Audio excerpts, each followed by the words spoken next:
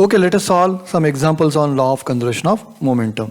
बघा मागच्या theoretical video lectures मध्ये आपण पाहिलं how you can apply a law of conservation momentum for bomb explosion, recoil of gun, etc. These are some basic examples. आपण हे similar application मध्ये कुठेही apply करू शकतो. So concludely, if no external force acting on the system of particles, there is momentum is conserved. That is initial momentum remains of final momentum. मी पुन्हा सांगतो याचं जास्त ॲप्लिकेशन आपला वर्क एनर्जीमध्ये जेव्हा आपण कुलिजन डिटेलमध्ये शिकू तेव्हा ह्याचं एक खूप एक्झाम्पल आपल्याला यूज होणार आहे. पण now it is just we are seeing application of Newton's third law of motion. So let us solve some examples to explore our ideas. Okay, 30 kilogram shell is flying at 48 meter per second.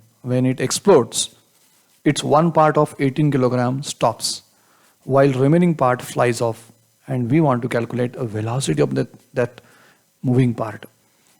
बघा कधी पण situation जी आहे ती बघत जा. ही बघा 30 kilogram ह्याचं mass आहे. So mass initial mass is 30 kilogram. Let us say this is 30 kilogram. Okay, but it has some velocity. Remember पूर्वी बॉम्ब ॲट रेस्ट होता, तिथे वेलॉसिटी 0 असेल, त्यामुळे initial momentum 0, but it has some velocity. So you can say this is initial velocity as 48 meter per second. So it has such velocity 48 meter per second. बघा situation काय झाली आहे. Situation काय झाली आहे, देर आर ह्याचे दोन part असे झाले आहेत, दोन part, but one part stops. Mean let us called it's a part 1, this is called part 2. So this has velocity v1 या 0 and here it is mass. तर याचा मास तुम्हाला दिलाय. It's one part is 18 kilogram stops, 18 kilogram part stops, and second having velocity. Second having velocity. We want to calculate this velocity. आणि बघा याचा मास किती असणार आहे. Yes, very good. Total mass is 30 minus 18. That gives a 12 kilogram. So mass of this second part is a 12 kilogram. And mass of first part is a 18 kilogram. We are having this. So m1 equal to 18 kilogram and m2 equal to 12 kilogram. That is divided in 30 kilogram part. So velocity initially is 48 meter per second. So this is not at rest. Remember, not at rest. So initial momentum equal to final momentum. If you apply initial momentum is equal to final momentum to this, initial momentum is equal to final momentum. Initial momentum is equal to final momentum. Initial momentum is equal to final momentum is a law of conservation of momentum. If you apply for this, so you get mu is equal to m1 v1 plus m2 v2. Okay, so what is the initial mass? 30. What is velocity?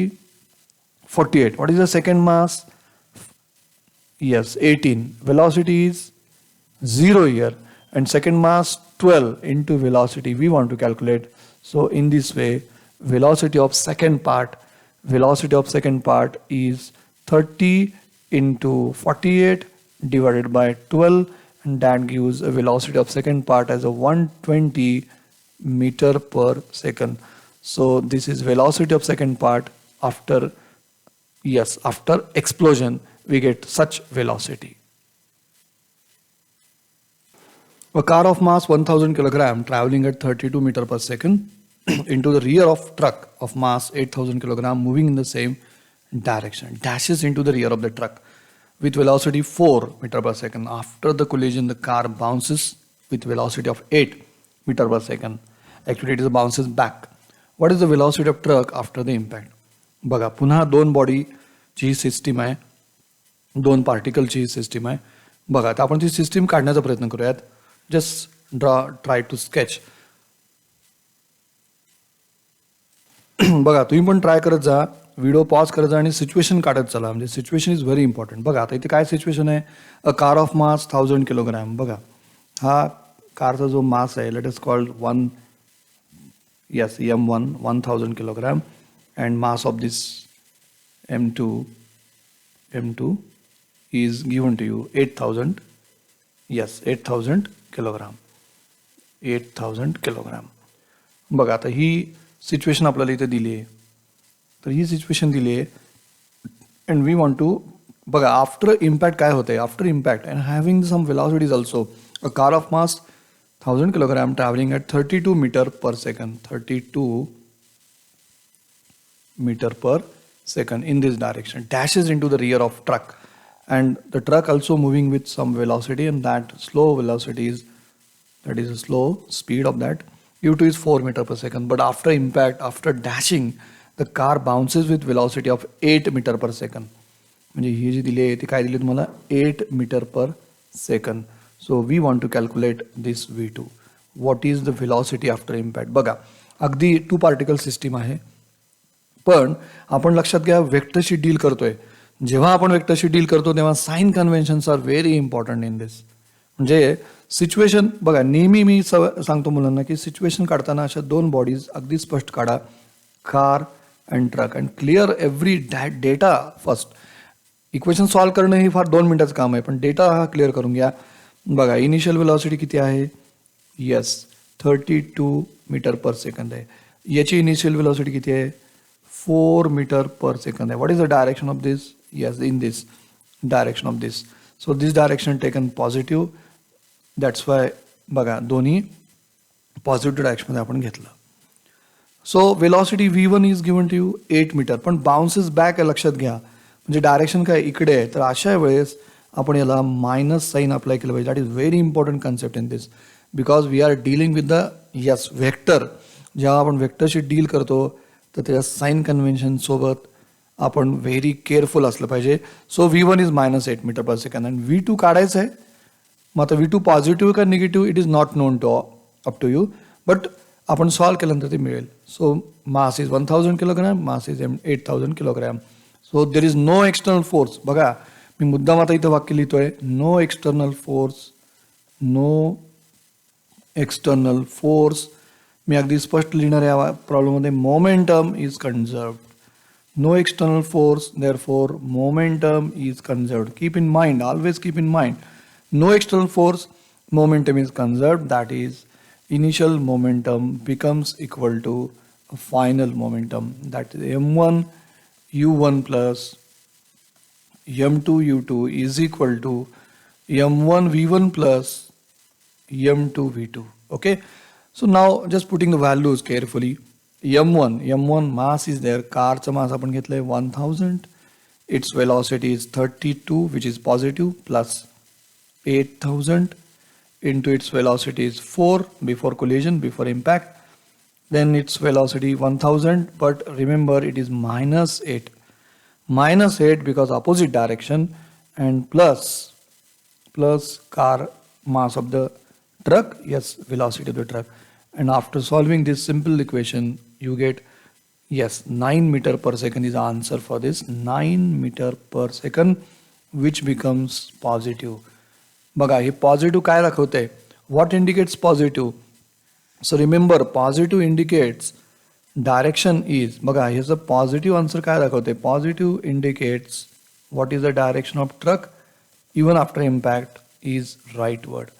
बघा म्हणजे after impact याची direction नाही बदलली, हा इकडे गेलाय, हा बाउन्सेस back झालाय. बिकॉज बघा हीच प्रॅक्टिकल पॉसिबल आहे, कारण लोअर मास आहे तो बाउन्सेस बॅक झालाय, पण हायर मासवाला त्याला फरक नाही पडला आहे, because it has a 8000 kilogram mass. So positive it's this positive direction also indicates a same direction. Same direction. Conclusion is what. Same direction. Okay, same direction में तो move will even after dashing, even after collision, और even after impact. So in this way you can apply law of conservation of momentum when there is a no external force on the body. A body of mass 1 kilogram initially at rest explodes and breaks into 3 fragments on the ratio of 1:1:3. Okay, the 2 pieces of equal mass fly off perpendicular to each other with speed of 30 meter per second. What is the velocity of heavier fragment? बघा आता आपलं एक situation काय समोर येते ती आधी काढा. चला आपण एक रॅन्डम मास काढूयात. बघा एक रॅन्डम मास काढूयात. चला एक, आणि याचं मास तुम्हाला दिलंय टोटल मास म्हणून आपण याला कॅपिटल एफ म्हणायचं याला. येस कॅपिटल एम म्हणूयात, टोटल मास आहे म्हणून 1 किलोग्राम. It has 1 kilogram. आणि हा रेस्ट आहे म्हणजे ह्याची जी वेलॉसिटी आहे, this is a bomb, typical bomb problem. So velocity, initial velocity is 0 because it is at rest condition. पण पुढं काय झालंय, it divide into 3 fragments. Okay, 3 fragments are there. Such 3 fragments are there. Such 3 fragments are there having different masses. Okay, say this has a mass m1, this has a mass m2 and this has a mass m3. पण एक special condition दिली आहे, breaks into 3 fragment in the ratio of 1:1:3 म्हटलंय. 1:1:3 चा अर्थ काय, थोडं बघा. m1 plus m2 plus m3 is equal to capital M, that is equal to 1 kilogram. Ratio is like this, 1 plus 1 plus 3, 1 plus 1 plus 3. आता याला एक अगदी सोपी आयडिया जर विचार केलात, बाय कॉमन सेन्स मी एखादा मुलगा म्हणू शकतो की काय होणार आहे, yes 1 mass has a 0.2, another mass has a 0.2 means 0.4 and remaining is a 0.6 a part. पण बघा याला आपण अशा पद्धतीने पण करू शकतो, 1 plus 1 plus 1 3 किती, 1 plus 1 2 plus 3 5. तर बघा इथे मी तुम्हाला दाखवतो ते काय करता येतं. So in this way 1 divided by 5, 1 is a mass, total mass जे असेल ते, मग 10 किलोग्राम असेल तर 10 by 5 म्हणजे 1 plus 1 plus 3. So that gives a 0.2, म्हणजे एक पार्ट कितीच आहे, 0.2 किलोग्रामचा आहे. मग इथं आपला रेशो काय दिला आहे, 1:1:3. म्हणजे याचा अर्थ बघा, this is like 0.2, remaining is what, 0.6.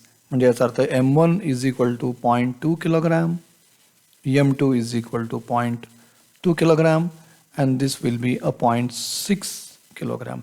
So that total gives us 1 kilogram.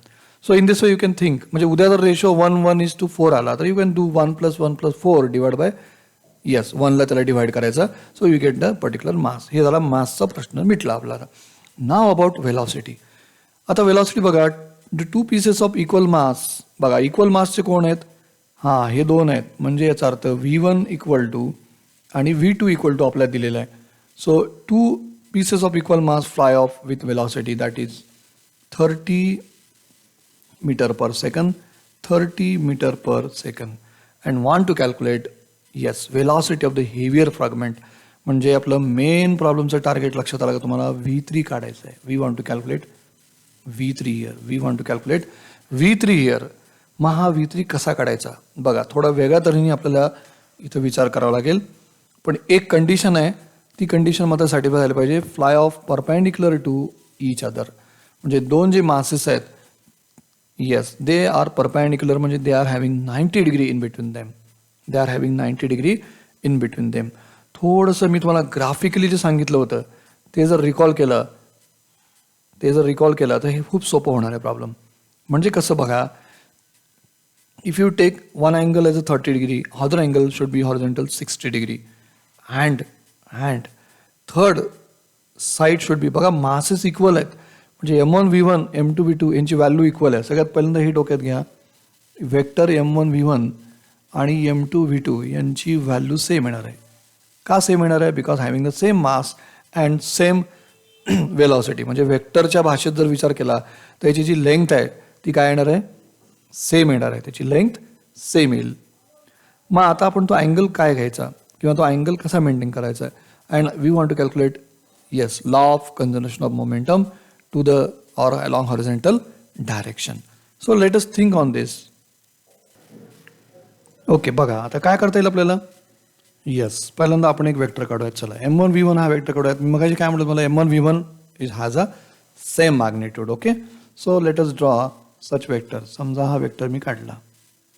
Okay, अगदी सावकाश करा. हा वेक्टर मी काढला and let us call it M1 V1. Okay, बघा आता दुसरा वेक्टर जर मी काढला सेम व्हॅल्यूचा, 90 डिग्रीला काढला मी, 90 डिग्रीला, तर हे असं यायला पाहिजे. So this should be like this. बघा दोघात किती घेतला मी, 90 degree. So third vector should be line joining. मला थोडासा वेगळ्या कलरनी काढतो त्याला मी. बघा हा वेक्टर असला पाहिजे third vector, and this should be a third vector, and that is M3 V3. This is M2 V2, you can say that. थोडंसं वेगळा विचार करा. बघा, ही बॉम्ब एक्सप्लोजन झाल्यानंतर इथं जर आपण एक पॉईंट घेतला, let us take such point, तर तुमच्यासमोर ही अशी फिगर इथे येते. जॉमेट्रिकली कशी फिगर येते ती बघा. So see this figure. ही बघा M1, बघा ही एक डायरेक्शन, ही एक डायरेक्शन आणि ही एक डायरेक्शन येते. If you put arrow for them, बघा हा ॲरो, हा ॲरो आणि हा ॲरो. आणि थोडंसं विचार करा हे अँगल काय असले पाहिजेत. So if this is 90 degree and they are having equal magnitude 45 degree and 45 degree, because they are having the same magnitude, then it is possible 45 degree and 45 degree. म्हणजे they are perpendicular, बघा perpendicular पण आहेत, and we are get this value.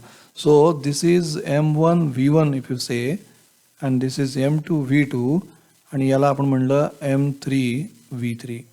Then बघा आपण आता इथे याला solve करू शकतो.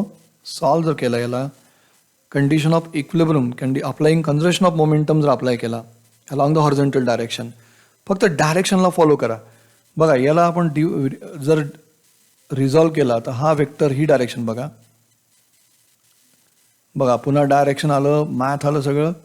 सो दिस इज, आणि ज्याच्याशी अँगल लागून असतो तो कॉस असतो. त्यानुसार मी काय लिहितो बघा. So left momentum is equal to right momentum because we are applying conservation of momentum along horizontal direction. तर मला कुठले फोर्स इंटरेस्टेड आहेत? This one, this one, this one. Yes, sorry, I am saying forces momentum. M3 V3 is a momentum. बघा आम्ही काय लिहू शकतो मग आता, मी असं लिहितो चला. Left momentum is equal to right momentum. Right momentum. Okay, right momentum. So what is M3?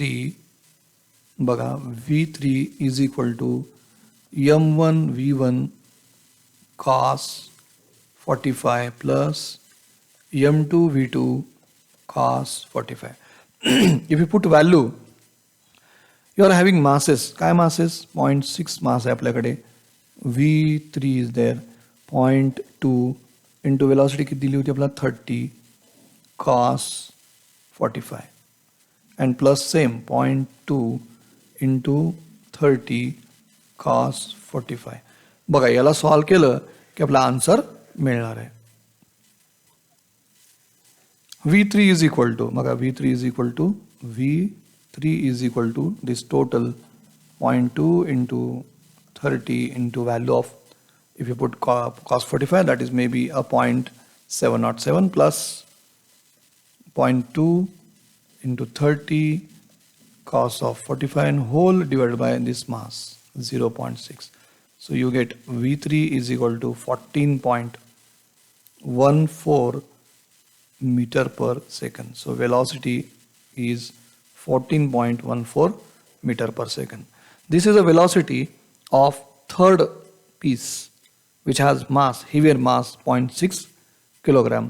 तर मी एक असाइनमेंट देतो. तुम्ही दोन परपेंडिक्युलर आहेत ना, मी 45 घेतलंय. If you take one as a horizontal, other take vertical and third will be, मी तुम्हाला थोडीशी छोटी हिंट देऊन ठेवतो. Just let us solve is. बघा सॉल्व करून बघा. So if you take like this, one is like, another is like, and third force is this. Okay, third force is, and get the velocity and see what happens. Observe करा. बघा असं पण आपल्याला करता येऊ शकते बिकॉज दोन वेक्टरमध्ये 90 degree असले पाहिजेत. You can solve in this way also. So answer becomes 14.14 metre per second. बघा एक प्रॅक्टिकल बेस आपण प्रॉब्लेम करूयात. बघा हा पाईल अँड पाईल हॅमरची सिच्युएशन आहे. म्हणजे काय, आपण एक खेळा उभा धरलाय आणि त्यावरून एक आपण म्हणतो हॅमर किंवा तर आपण हातोडा म्हणतो मराठीमध्ये. सो तो आपण काय करतोय, ब्लो करतोय. आणि मग काय होते, याला आपण लॉ ऑफ कन्झर्वेशन अप्लाय करू शकतो. खरं तर हे एक्झाम्पल आहे प्लास्टिक कुलिजनचं. मी तुम्हाला कुलिजन नाही सांगितलंय, पण सध्या लक्षात ठेवा, एखाद्या बॉडीवरती आपण जेव्हा फोर्स अप्लाय करतो, म्हणजे बघा हा हॅमर ह्या नेलवरती जेव्हा फोर्स अप्लाय करतो, दोघंही एकाच वेलॉसिटीने, ज्याला वी कॉमन म्हणलं मी इथं, एकाच वेलॉसिटीने जर ते आत जात असतील, फॉरवर्ड होत असतील, तर त्या अशा कुलिजनला आपण काय म्हणायचं आहे, प्लास्टिक कुलिजन. ओके, सध्या फक्त लक्षात ठेवा, हे पुन्हा येणार आहे आपल्याला. पण आता आपलं लॉ ऑफ कन्झर्वेशन कसं अप्लाय करायचं आहे हे बघायचं आहे. जर तुम्ही केअरफुली बघितलात तर इथाचं हॅमरचं मास दिलं आपल्याला 2000 किलोग्राम. येस, पाईलचं मास आहे 1000 किलोग्रॅम किंवा नेल म्हणा त्याला. हॅमरचं जी हाईट आहे, ज्या हाईटनी ट्रॅव्हल होणार आहे, ती height is also given 1 metre. आणि ही जी सिच्युएशन आहे ती बिफोर इम्पॅक्ट आहे किंवा बिफोर कोलिजन आहे. बिफोर कोलिजन हे तुम्हाला असं दिसणार आहे. आणि एकदा तुम्ही काय करणार, हॅमर त्या नेलवरती फोर्स अप्लाय केला इथं की हे दोघंही एकत्र असे आत जातील. आणि ही सिच्युएशन जी आहे ती मी काढली आहे ऑलरेडी तुम्हाला. आफ्टर कोलिजन आहे. आफ्टर कोलिजन ही सिच्युएशन आहे. बिफोर कोलिजन ही सिच्युएशन आहे. बघा आता पहिल्यांदा वेलॉसिटी किती आहे. आता तुम्ही थोडंसं विचार करा, ह्या नेलला काही वेलॉसिटी नसते स्वतःची, त्याला वेलॉसिटी जी मिळणार आहे ती हॅमरमुळे मिळणार आहे. म्हणजे याचा आता डेटा जर आपण विचार केला, बघा आपण हॅमर म्हणालो इकडे बघा इथं हॅमर आणि इकडं पाईल किंवा नेल म्हणा, काही म्हणा, that is another thing. Hammer. What is velocity of mass of the hammer? You know that mh is given to you 2000 yes kilogram. Mass of pile is given 1000 kilogram. Okay, this is given to you. What is velocity of the hammer? बघा वेलॉसिटीचं motion हे free fall आहे. वेलॉसिटीचं जो motion आहे ते एका हाईटवरनं आहे असं म्हणा. It has some initial velocity. Free fall जरी नसला तरी you can, if it is velocity given then you can take direct velocity or you can use free fall. तर बघा आम्ही डायरेक्ट लिहितो, तुम्हाला कळतं का? That will be a 2gh. कसं आलं यासाठी मी तुम्हाला इथं सांगतो. नेहमीप्रमाणे आपण जर विचार केला, u² is equal to u² plus 2gh. पर या हॅमरची या पॉईंटला जी वेलॉसिटी मिळणार आहे, या पॉईंटला वेलॉसिटी काय असेल हॅमरची? 0 असेल. म्हणून इथं 0 ठेवा. बघा प्लस 2gh, सो v². ही जी v वेलॉसिटी आहे ती काय येणार आहे? 2gh. ही जी वेलॉसिटी तुम्ही काढली आहे, ही जी वेलॉसिटी आहे √2gh, and that is nothing but a striking velocity. म्हणजे हा हॅमर, नीट ऐका, हा हॅमर याची जी इनिशियल वेलॉसिटी 0 आहे, because of this height h याला एक वेलॉसिटी गेन होणार आहे. And that velocity gain is nothing but is a velocity of striking of hammer. पण याच्यासाठी जेव्हा आपलं मोशन स्टार्ट होते तेव्हा मात्र ही इम्पॅक्ट आहे, स्टार्टिंग वेलॉसिटी आहे, म्हणून आपण याला UH घेतला आहे. म्हणजे हॅमरला जी गेन वेलॉसिटी झाली, हॅमरला जी प्राप्त झाली velocity, that will be the 2gh and that is given by in this वे. आपण काढूयात त्याला. बघा √2gh 2 into 10 into 1. So this is near about 4.472 meter per second. So this becomes a UH. This becomes a UH. And here ह्या बघा पाईलला काहीच velocity नाही आहे स्वतःची, त्याची जी 0 आहे इनिशियली. पण त्याला एक कॉमन वेलॉसिटी आहे VC, ती आपलं काढायची आहे. मग बघा इथे आपण अप्लाय करूयात law of conservation of momentum. Law of conservation of momentum, that is initial momentum is equal to a final momentum. So if you write like this mh plus mpu pile is equal to, इथं मात्र लक्षात घ्या हे दोघं एकत्र आहेत. लक्षात घ्या हे दोघं एकत्र झाले तिथं. दिस रिमेंबर, ते दोघं एकत्र आहेत. म्हणून इथं काय लिहिलं पाहिजे आपण? Mass of hammer plus mass of पाईल अँड दिस कॉमन वेलॉसिटी. आपलं टार्गेट काय आहे? हे कॉमन वेलॉसिटी काढणे आपलं टार्गेट आहे. Okay, this is 2000. वेलॉसिटी तुम्ही काढलात 4.472 प्लस 0 म्हणेल ना मी. 0 काय म्हटलं मी? UP 0. So is equal to बघा 2000 plus 1000 into common velocity. So this common velocity you can calculate. बघा calculation doesn't matter, मी मला आन्सर देतो. This calculation gives us 2.95 meter per second is a velocity, common velocity with which this pile and hammer goes into a soil. बघा हा soil आहे, याच्यामध्ये आपल्याला काय करायचं आहे? याला घुसवायचं आहे. It has some opposing force, पण हे आपण आता डिस्कस करणार नाही. फक्त आपलं पर्पज काय होता? How to apply law of conservation of momentum for such situations. बघा bomb explosion, recoil of gun, pile and pile hammer, even भिंतीवरती तुम्ही घरी खेळा मारताय, again same principle. Launching of rocket, launching of jet planes, these are all practical examples of law of conservation of momentum. One of the best application of Newton's law of motion. That is the outcome of Newton's law of motion. Okay, so let us stop here. Then in next lecture we have to solve some MCQs based on such practical situations.